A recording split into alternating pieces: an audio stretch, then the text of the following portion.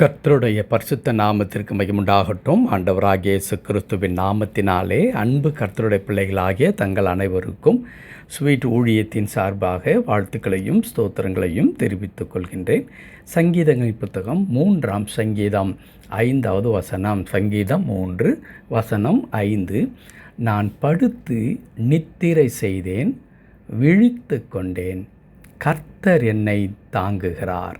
நான் படுத்து நித்திரை செய்தேன், விழித்து கொண்டேன், கர்த்தர் என்னை தாங்குகிறார். என் அன்பு கடவுளுடைய பிள்ளைகளே, நேற்றைய தினத்தில் அதற்கு மேல் இருக்கின்றதான 3வது வசனத்தை நாம் தியானித்தோம். அதில் தாவீது குறிப்பிடுவது, நீர் எனக்கு கேடகமும் மகிமையுமாயிருக்கிறீர், என் தலையை உயர்த்துகிறவருமாயிருக்கிறீர் என்று குறிப்பிடுகிறார்.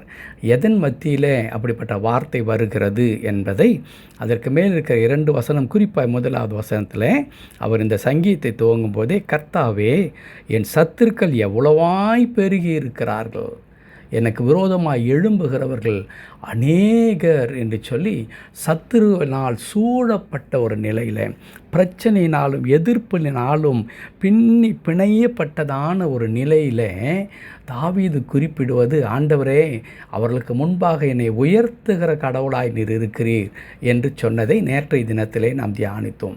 இன்றைக்கு அதே சங்கீதத்தில் 5வது வசனத்தில் அவர் குறிப்பிடுகிறார், நீர் என்னை உயர்த்துகிறவராய் இருக்கிறபடினால் நான் என்ன செய்வேன், அமெரிக்கையோடு கூட, அதாவது தைரியத்தோடு கூட நான் படுத்து நித்திரை செய்வேன்.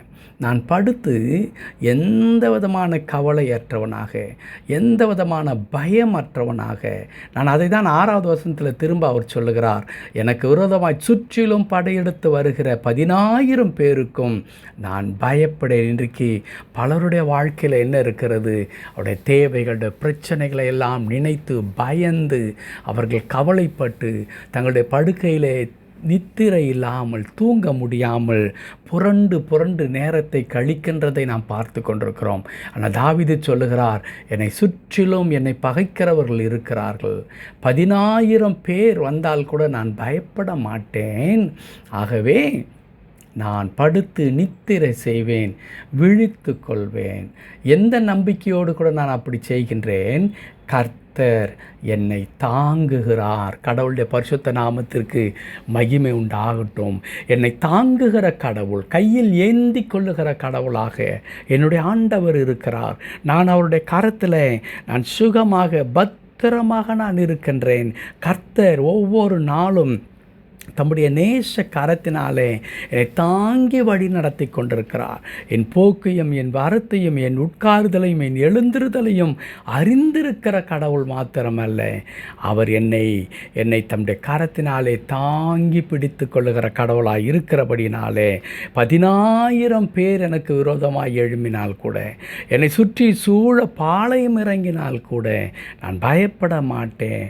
நான் படுத்து நித்திரை செய்தேன், விழித்து கொண்டேன், கர்த்தர் என்னை தாங்குகிறார் என்று குறிப்பிடுகிறார். என் அன்பு கடவுளுடைய பிள்ளைகளே, அந்த உண்மையை நீங்கள் நானும் உணர்ந்து கொள்வது எத்தனை அவசியம். கர்த்தர் என்னை தாங்கி பிடித்து கொண்டிருக்கிறார். நான் கர்த்தருடைய ஆதரவிலே நான் நின்று கொண்டிருக்கின்றேன்.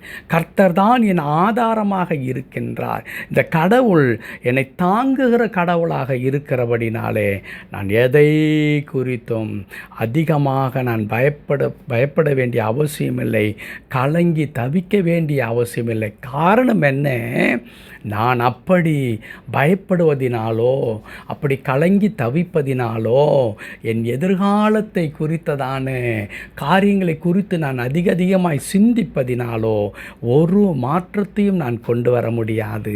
ஆனால் என்னுடைய கடவுள், என்னை தாங்கி பிடித்து கொண்டிருக்கிற கடவுள் என்ன செய்கிறார் தெரியுமா, எனக்காக யாவற்றையும் செய்து முடிக்கிற கடவுளாக இருக்கிறார். எனக்காக யாவற்றையும் செய்து முடிக்கிற கடவுள் இல்லையா அன்பு கடவுளுடைய பிள்ளைகளே? அப்படியே மாலை மயங்கி அப்படியே சூரியன் அஸ்தமித்து இருண்டு போகிற நிலையில் இதற்கு மேல் நான் நடந்து செல்ல முடியாது என்று சொல்லி யாக்கோபு ஒரு கல்லை எடுத்து தன் தலையின் கீழே வைத்துக்கொண்டு அப்படியே படுத்து கொண்டார் அல்லவா? சற்று யோசித்து பாருங்களேன், அதை அப்படியே பிக்சரைஸ் பண்ணி பாருங்களேன். அவர் எப்படி பயந்து அப்படியே சுருண்டு படுத்து இருந்திருப்பான் அல்லவா அந்த மனிதன், அந்த வனாந்திரமான ஒரு பகுதியில். ஆனால் அந்த இடத்துல யாரும் காண முடியாது இருந்த நேரத்தில் கர்த்தர் யாக்கோபை பார்த்து கொண்டே இருந்தார். அவன் இருக்கிறான் என்பதை அறிந்ததினாலே தான் அவர் அங்கே ஒரு தரிசனத்தை கொடுத்து ஒரு அற்புதமான வார்த்தையை சொல்லுகிறார். யாக்கோபே, நான் உனக்கு சொன்னதை செய்யும் அளவும் உன்னை கைவிட மாட்டேன்.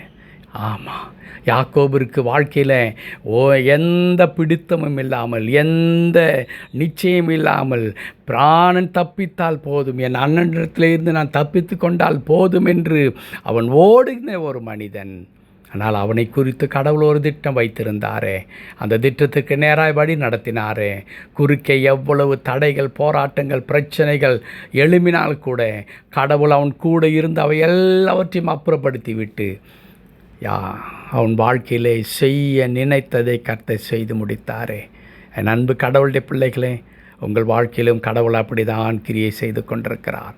உங்களை குறித்ததான ஒரு திட்டம் இருக்கிறதே, அந்த திட்டத்தை நான் தவறாக எழுதிவிட்டேன் என்று சொல்லி எனக்கு ஒரு எரேசர் கொடுங்கள் என்று சொல்லி அவர் அழிக்கிற கடவுள் அல்ல, சொன்னதை செய்யும் அளவும் கைவிடாதிருக்கிற கடவுள்.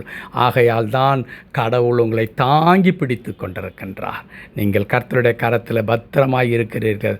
உன் நிலைமையெல்லாம் மாறும். நீங்கள் ஆசீர்வாதமாக இருப்பீர்கள்.